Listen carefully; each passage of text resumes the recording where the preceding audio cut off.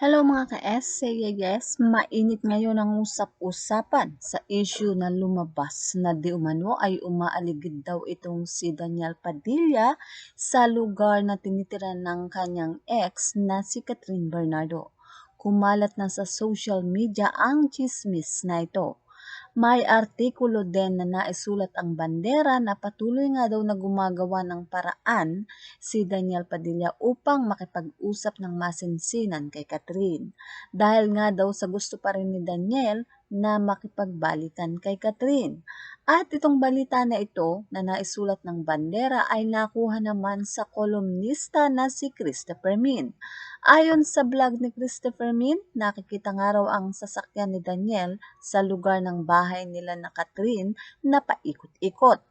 Marahil ito ang dahilan ng paglabas ng issue na gusto nga raw makipagbalikan ni Daniel kay Catherine. Sa puntong ito, nagbigay ng kanyang saloobin si Christopher Min na kinuha naman din ito sa mga fans ni Daniel. Say ni Christopher Min, iwanan na daw ni Daniel Padilla ang ala-ala nito kay Catherine.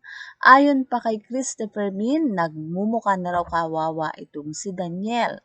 At ito ay ayon din sa mga fans.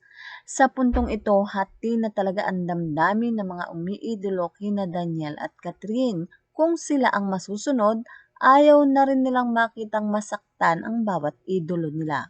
Well, kung titingnan naman parehas, tahimik naman ang kampo ni Daniel at Catherine at parehas na busy ang mag-ex sa kanilang trabaho. Lumabas ang issue January 20 at hanggang ngayon nga ay umiikot sa social media platform ang balitang ito.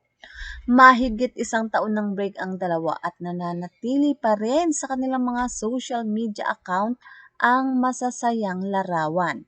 Wala pa rin nagbubura sa mga larawan na ito. Well, kung totoo man ang issue na ito, tanging si Daniel at Catherine lang ang tunay na nakakaalam. Sila lang ang makapagbibigay ng tamang sagot kung meron pa bang chance na muli silang magkabalikan. So mga ka-essay, yes, ano ang masasabi nyo sa issue na ito? Well, put your comment down below at syempre, huwag kakalimutang mag-like, share, and subscribe.